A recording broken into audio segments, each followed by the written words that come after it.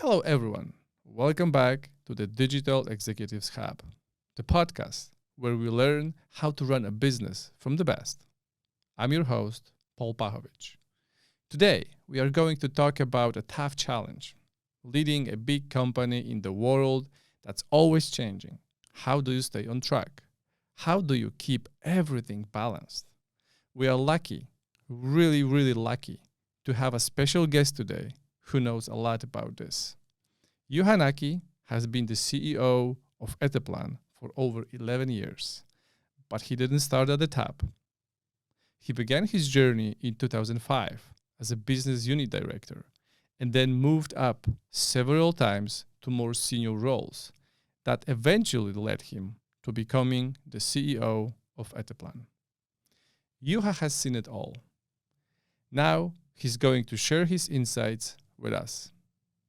So, are you ready to learn how to navigate the world of business? If yes, don't go anywhere because you're about to learn from Juha Nakki right here on the Digital Executives Hub podcast. I'm really happy that we got this opportunity, to talk because Etteplan has evolved tremendously, within last couple of years, and I'm super interested in how was that journey of yours, right? Because you've been in charge for quite a while, and you've seen the whole process of this company changing, the process of going global. This is fascinating to me because doing this in one country is pretty intense and demanding, but have the ability to scale in different countries.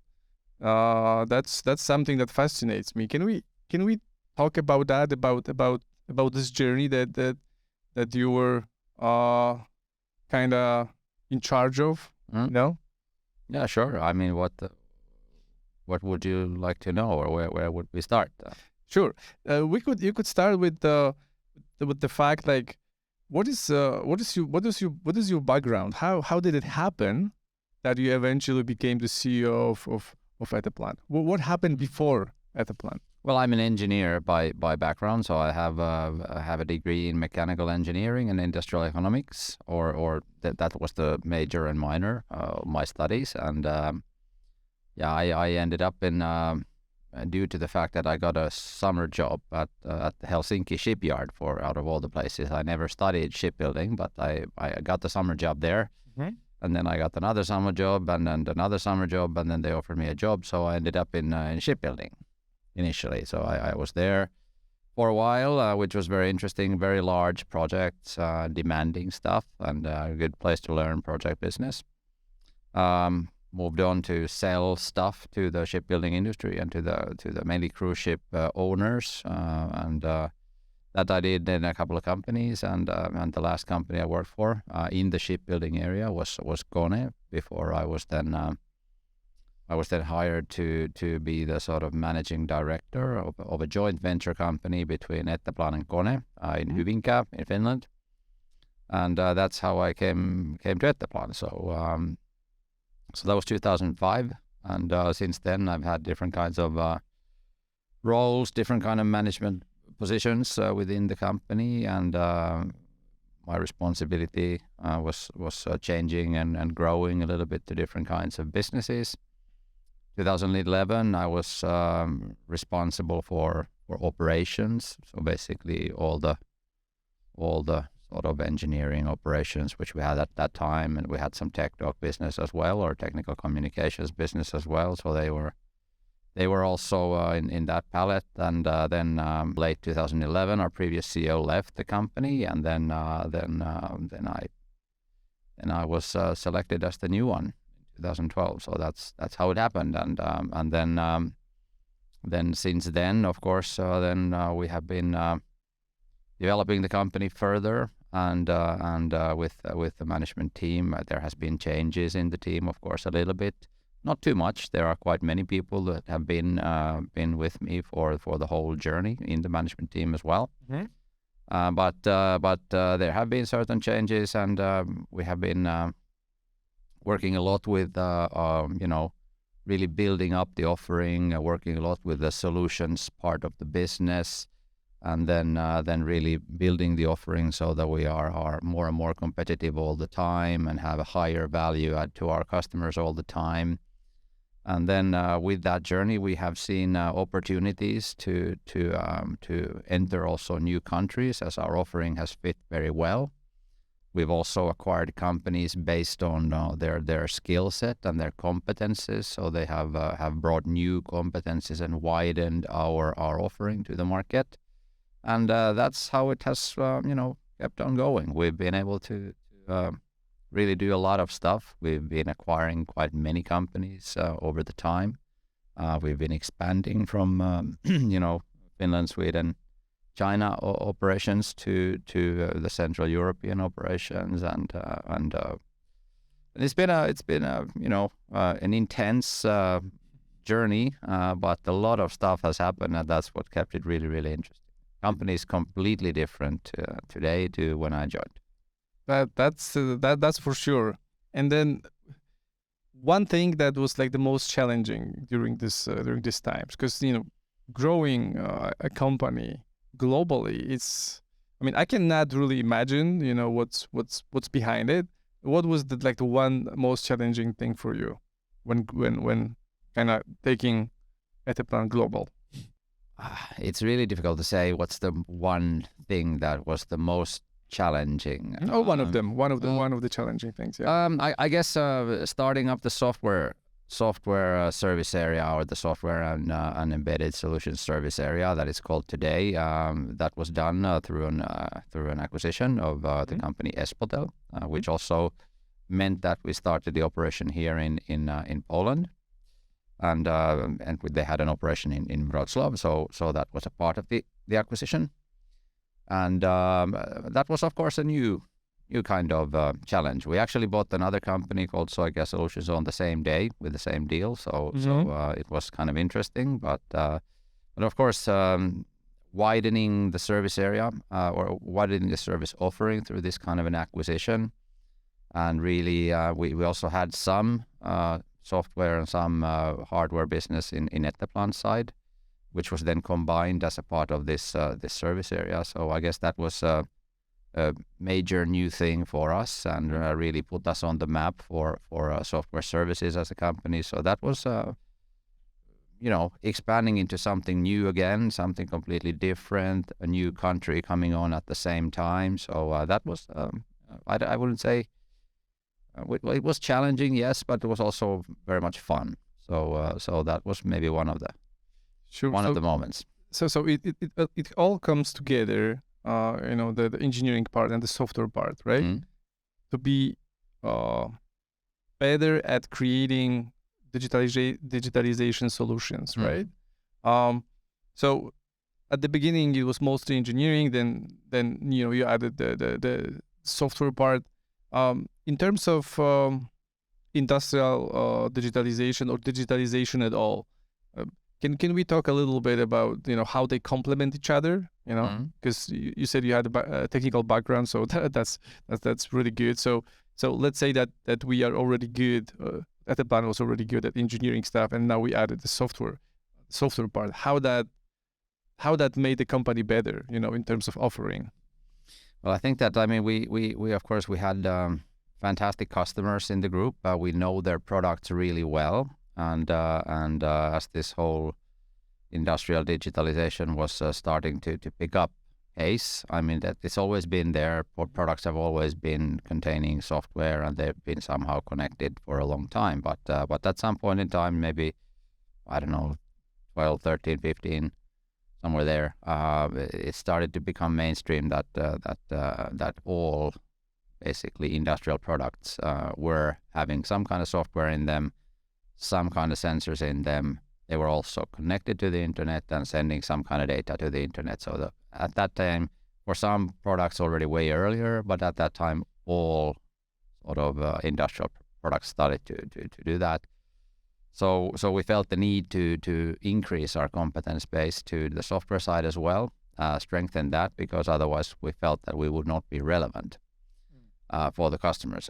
How do these complement each other? Of course, when you know the customer, when you know their products inside out, you know what they're supposed to do, you know the value they are creating for their customers. And then when you have the sort of technical skill set and knowledge to apply the sort of late new technologies and software technologies into the product and really help the customers to digitalize the products, follow them up more efficiently, make them work more efficiently. So of course you can bring a totally new kind of value add. So I would say that the understanding and the knowledge of the products and the customer's business, complemented by strong skill set in the software side, are really creating, or at that time we're really creating a unique value proposition. And we were one of the first companies to actually combine these two sort of skill sets together on top of the technical communication solution skills that we already had. Yeah, I think that was a great decision, because till this day, there are companies that are good with engineering, companies that are good with software. There's a lot of software companies, but there's not very many companies that can put it together and can create a value proposition that can help the customer, go through the journey flawlessly, because they can take care of pretty much anything that can happen and that is required for that company to go through to the digitalization process. So I think this is really, really interesting, and a lot of companies know that for digitalization processes you need both, you need engineering and software, but still not a lot of company actually puts that together and create a value proposition that's good for the end consumer. This is true, and we sometimes, if we talk to our large customers, of course they have different organizations for maybe engineering and software. So sometimes we can even act as a sort of interface between their own departments, which sounds a bit funny and strange, but sometimes it is so that our customers have sort of every large organization has some kind of silos. And sometimes we can help to sort of bridge the silo between these organizations. We already mentioned that going through the digitalization process, it's challenging, right? What in your opinion are like the main difficulties or challenges for the companies going through the digitalization process these days? I think that of course there are many things, but I mean really finding the value in how to use the sort of the digital capabilities to improve their business. I mean, we see a lot of companies, and the sort of where the whole thing started was this kind of remote monitoring of different devices or pieces of equipment or whatever. But if we look at our customers still today, so quite few of them, I mean, they have been able to, with that, they have been able to improve the efficiency of their service business. So they will know how the machine works, and they will probably be able to predict something, a failure, for example. So they will know in advance, so then their service technicians can be there and improve the uptime of a device or something like that. But have they been able to monetize that? Have they been able to really create new types of businesses through that? And have they been able to create new kind of value for their customers? I think that has been a challenge that many companies are still struggling to overcome.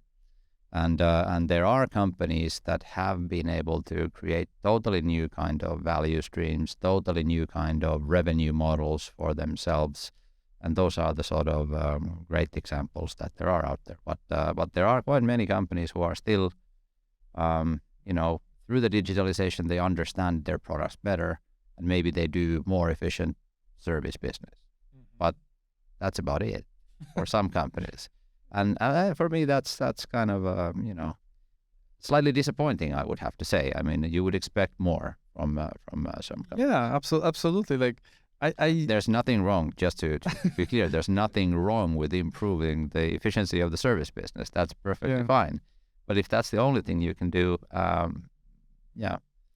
Yeah, I strongly agree that very often this digitalization became just a buzzword, just something that, every company talks about, but then there's a lack of organized, structured approach, a roadmap that would help them make that happen. And it's done randomly, in different places, different areas of the company. And I think that is super challenging for those companies. Anything else? Because I feel there are a lot of challenges. Well, of course, it's managing the of course, the skill sets, and it's difficult. It's difficult to find people and how to really combine the right kind of knowledge so that you can create the right kind of solutions or products for yourself. That in itself is difficult, and of course then the whole technical development is really rapid and fast. There are new things coming up and popping up all the time. So how to really how to really keep up with that, right, and how to make sure that you know the latest things and you are relevant, and then you have the sort of access to the talent of the latest technologies, etc. So that is, of course, challenging for any organization, for us as well, but for any organization. Yeah, whenever I think of Industry 4.0, Industry 5.0, I sometimes think that maybe it's not that necessarily to have the Industry 4.0 implemented tomorrow. I believe that every company should kind of look at their own pace and kind of, please do not forget about the fact that the world is changing, right? So we have to keep that in mind, but also just going after the buzzwords, 4.0, 5.0. Sometimes there are probably things that can be implemented that are not that advanced, but still they help the company slowly move in the right direction. So the Industry 4.0, 5.0, 6.0. What is your take, on that? Well, I think that every company needs to look at their own position and look at their own business, and then find relevant solutions for them. Right. I mean, maybe the latest technology, maybe the latest things are exactly the right thing for them, but that's not a given. There might be very traditional industries which just need to take a couple of steps to be much more efficient, and maybe they are steps that they actually need to take before they can move to some kind of more advanced. So there is always a path to take to really develop your business, and you need to take that path in such an order that it makes sense, and your organization is capable of handling it. Your the whole product or whatever it is you're doing is developed in the right way, so that nothing starts to fail or go to the wrong direction. So there is no right path that everyone should take. Everyone should have their own path and take the necessary steps there. And for some businesses, maybe just some small things will do the trick, or will be enough to be more competitive and to run really great business. So it's up to any business, any company to look for themselves. Absolutely, I love it. And then you started your career some time ago, and just by looking on how the industry have evolved, since that time, just being close to engineering and software solutions and technology, is there any kind of advice that you would give to a young person that is starting their career, the technology career, and anything that, just by looking at pretty big scale of Etteplan, any recommendation and advice that you would give to people that are starting their career in technology space? Yeah, I guess I'm not the person to give advice on any technical things anymore, at least. But I guess the only advice that I would give is that that you need to really learn the stuff that is out there now, but you need to also be open to changes, because there will be new stuff coming up all the time. And if you think you know something today, that might become irrelevant tomorrow. So you need to stay sort of on the edge of the development, and you need to stay open to new things, new ideas, and understand how those things might impact your work or the business that you're working for. That's, I guess, the only advice I would give. Sure. Yeah, it makes a lot of sense, because the changes are happening faster than ever. So if you if you don't pay attention for 6 months, it's not like you're becoming irrelevant. But if you don't pay attention for 6 months and then you're trying to catch up, it's already super demanding, to be able to catch up. And whenever I talk to like digital transformation managers, they communicate that as a problem, that there's so many different things changing. The technology is going at the light speed. Basically, it's super difficult to catch up, and that's why they very often use services of external companies, because it is pretty much impossible for one person to be able to follow different technology trends and then implement them in their manufacturing plants. So they are efficient. So I'm really interested, as I very rarely talk to people that that see the big picture of a big company, just understanding different moving pieces. How is kind of looking at the whole structure of the company that is located in different countries? I'm sure it's kind of challenging, but I really wonder how you look at it as a whole company that is kind of distributed in different locations.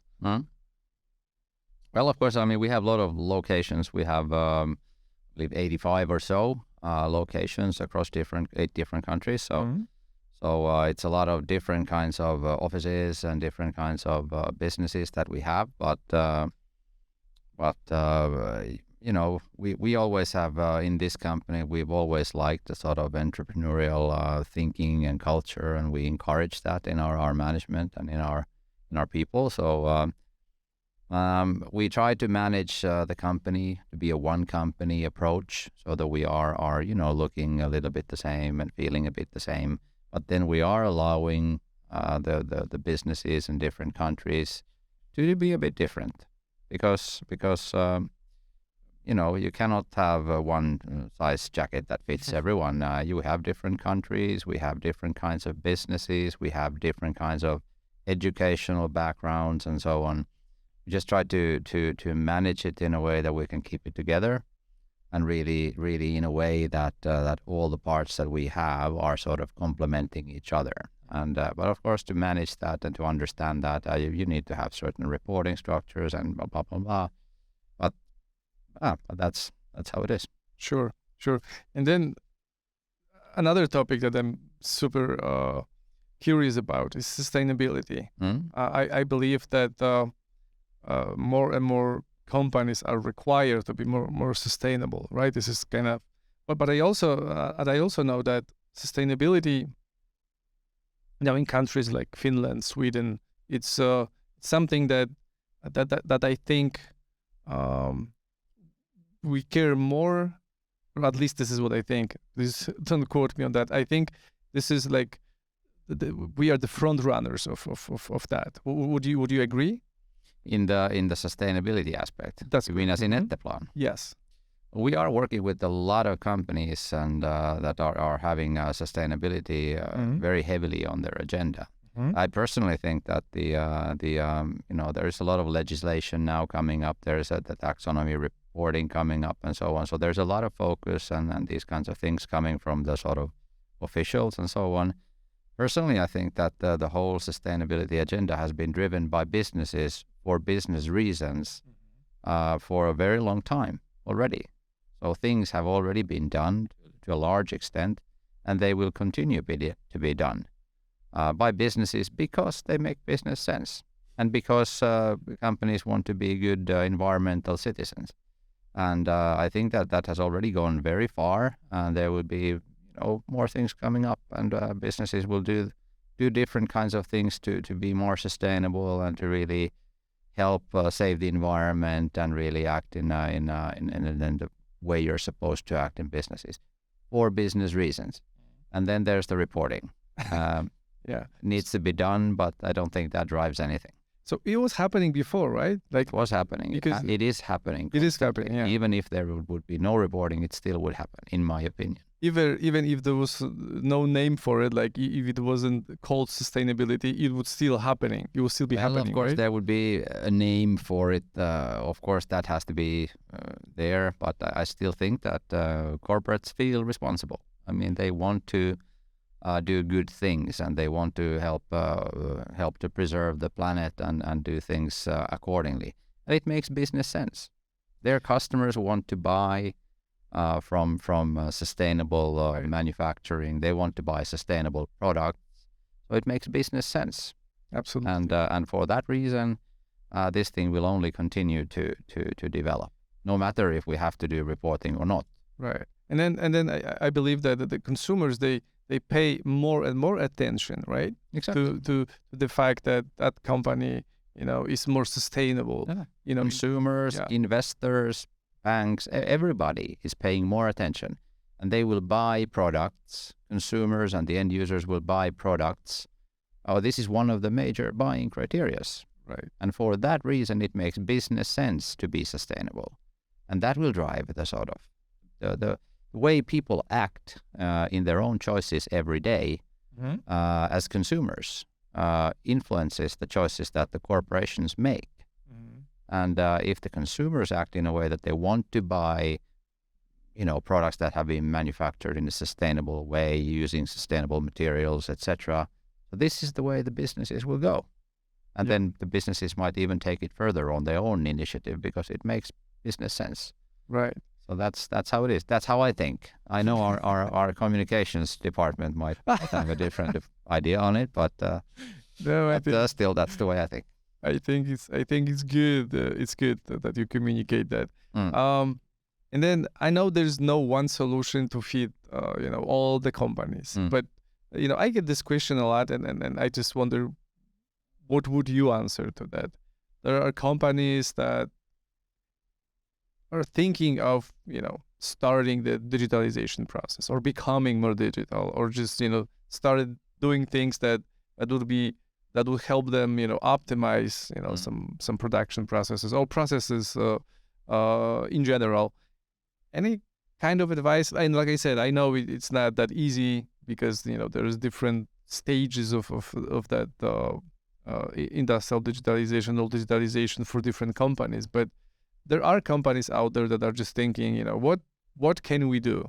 What can we do? What could be the first step of using the technology? What would be the one thing that they can start with? I mean, that totally depends on where they are today. The only sort of thing I can say is that if you haven't started, you should start now, because the thing is that if you utilize digital technologies, you can improve your efficiency, your ways of working, you can create new business models, etc. You need to start. I mean, otherwise you will be out of business in the long run. Others will catch up. Others will go past you fast if you're not involved in this kind of development. That's the way the world is going. There's more digital solutions everywhere.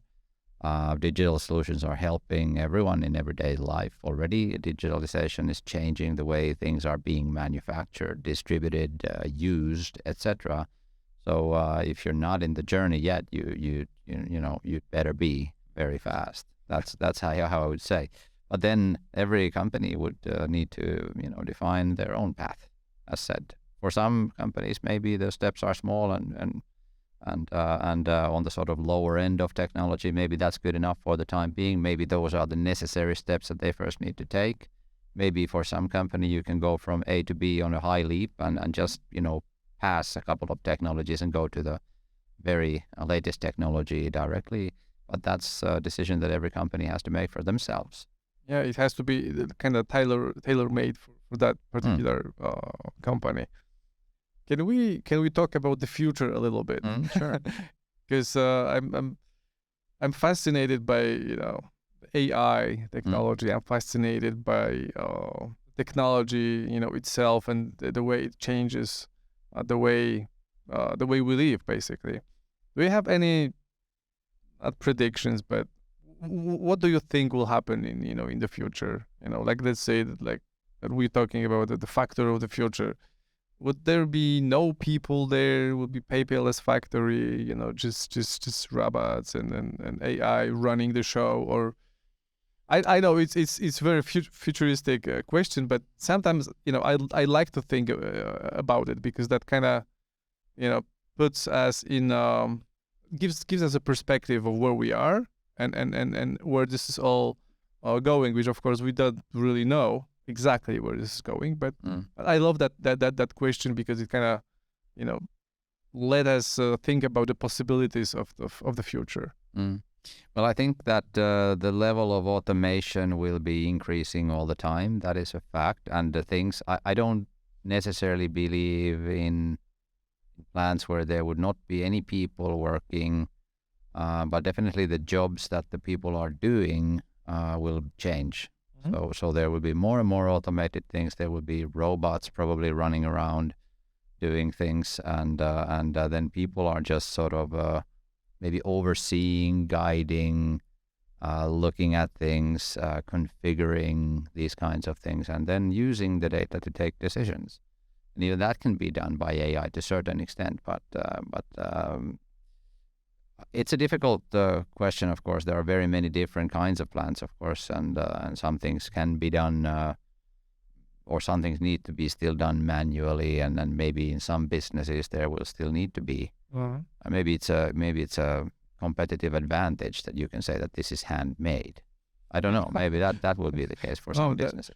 That's gonna be maybe. Who knows? Maybe it's not, but maybe it is. Value proposition. Yeah, but still, I mean, I definitely think that there will be jobs that people are doing in different kinds of factories or things will be different. There will be more automation. There will be more robotics, and the tasks that people will do will be more monitoring, guiding, overseeing, configuring, and analyzing what can be improved, etc. So and developing the sort of automation, etc. Yeah, I said before that I'm excited about AI. I don't know if I should be worried about it or I should be using it on a daily basis, which I am. Anything out there in terms of technology that you're excited about? Well, I do think that AI is a technology that we will see much more going forward. It is already there in very many things, but we will see much more of that. Combining AI with virtual reality, this kind of metaverse things, I do believe that will be a big thing in the future, and using sort of virtual reality to guide things or teach things or show how things are done or supporting different kinds of service operations or whatever. These are all possibilities, and I believe at some point they will be a reality. That's interesting to see how it will go. Yep. So you said you started with Etteplan in 2005. Yeah. Yep. A couple years passed by already. Yeah.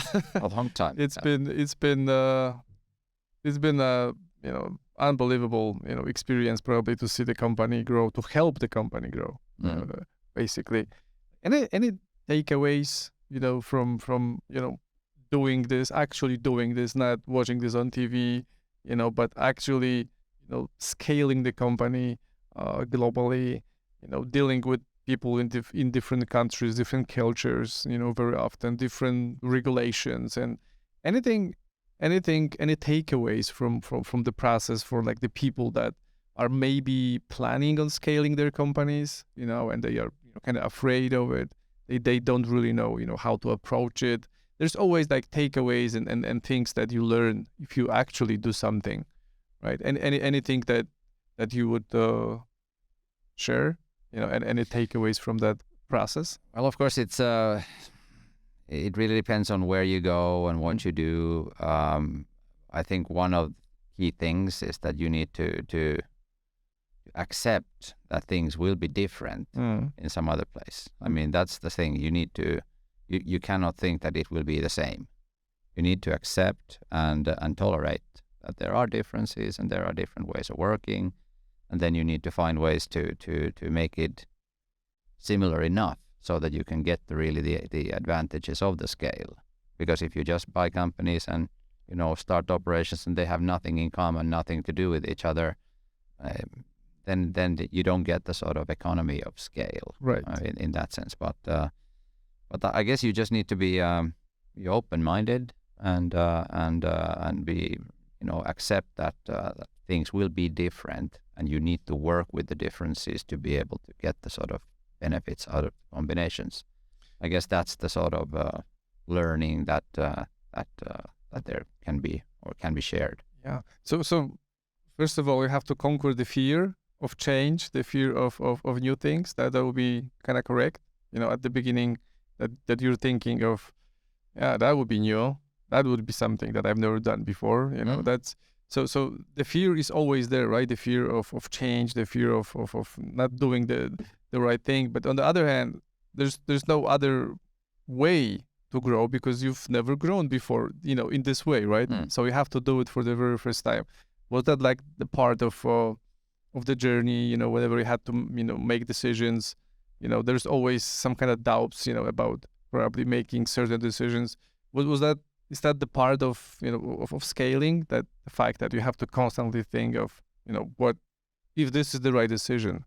Oh, of course. I mean, you need to evaluate any opportunity that you have to grow carefully, understand what are the things related, what are the risks related to that, how can you manage the risks, how can you maximize the opportunities, and so on. So it's careful judgment, of course, but then there's always a risk in expanding operations or whatever. You need to be able to take that risk, and you need to be have courage enough to take that risk, and there things will pop up always when you are building something new or acquiring something. So there will be surprises and things will pop up, and then you just need to accept that things pop up and deal with it.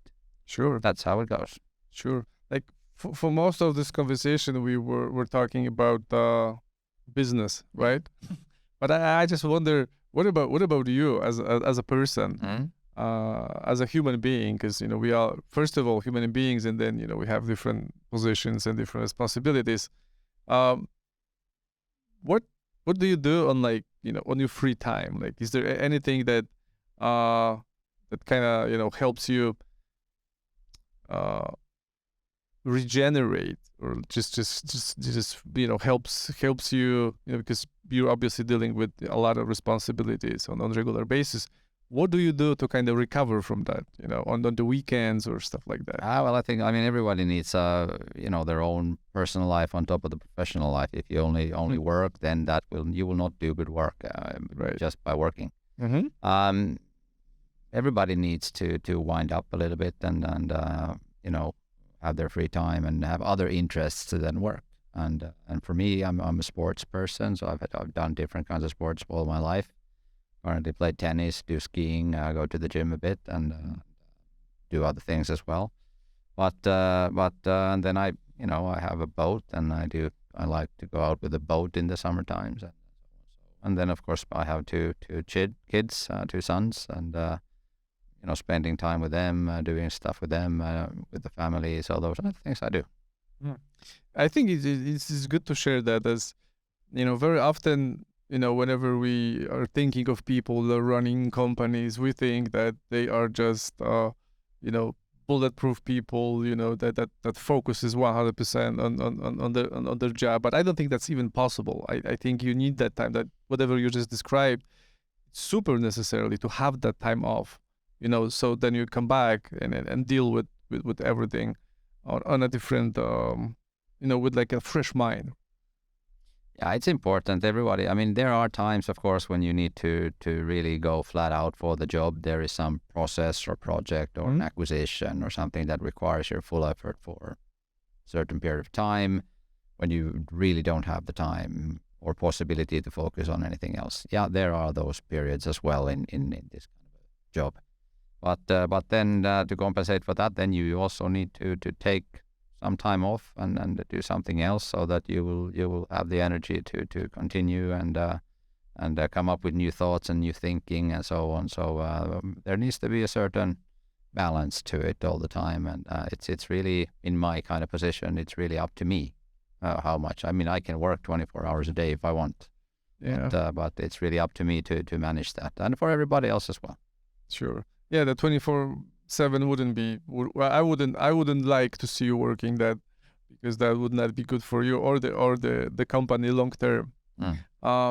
Yeah. So it was. I just wanted that. I wanted to have that like kind of personal question, as I strongly believe that it's very important to kind of show the human part of business people, right? Because very often business people don't want to show that, because they will only want to be seen as the constantly working people that are running businesses, maximizing them and stuff like that. But I believe that every person should have that other part that is not very very often talked about, the human part. So I just wanted to find out about. Yeah, I mean, it's if you're going to be effective in your work, you need other types of activities as well. That's how it is. Your brain needs to rest a bit from, and you'll make better decisions if you have the possibility to think of something completely different once in a while. Yeah. So but do you actually see like a difference whenever you go out and go to the gym and then you come back? Does it really help with like stress and the fact of being kind of overwhelmed with a lot of things? Do you actually feel that difference when you work out? I guess you have you do different things. You have the possibility to set your mind somewhere completely different. You might while you're at the gym, you might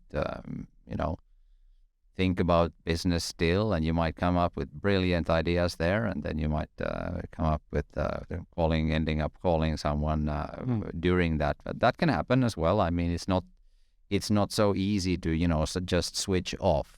I mean, you are responsible, and you will have to be able to take up things if they turn up at some point in time. So it's not really possible to be turn on and off just like that. But still, concentrating and doing something completely different helps you get your mind off things, think about different things. So yeah, that's needed for everyone.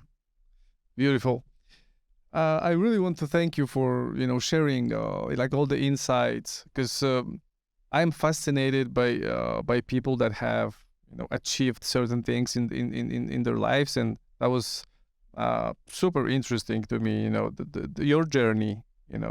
That it took several years, but you were able to kind of create this global organization, help it grow with multiple locations. But also in the meantime, my goal was kind of get to know you a little bit more as a human being, right? So I think I have a pretty good impression of who you are, what you think. It still wasn't enough. But on the other hand, I really appreciate the fact that you are that open-minded, and then we could have just a regular conversation, a little bit of the future, technology, your hobbies, the fact that you are a human being, and you also need to rest a little bit, kind of clear your mind, so then you can come back and be even more effective. So thank you so much. It was a pleasure. And yeah, if you have any like takeaways, like anything that I haven't asked you about, and you like to share something at the very end. If not, that's fine, because I did ask a lot of questions. But sometimes there's like small things that we like to communicate, but the question was never asked. Anything on your mind? No, To sum it up? not really. Sorry to disappoint you at that end, but I think it was a nice discussion. So thanks a lot. It was a pleasure for me. Yeah, I did ask a lot thoughts. of questions. Yeah, Yeah. I did ask other questions. So yeah, thank you very much. Thanks a lot. Thank you.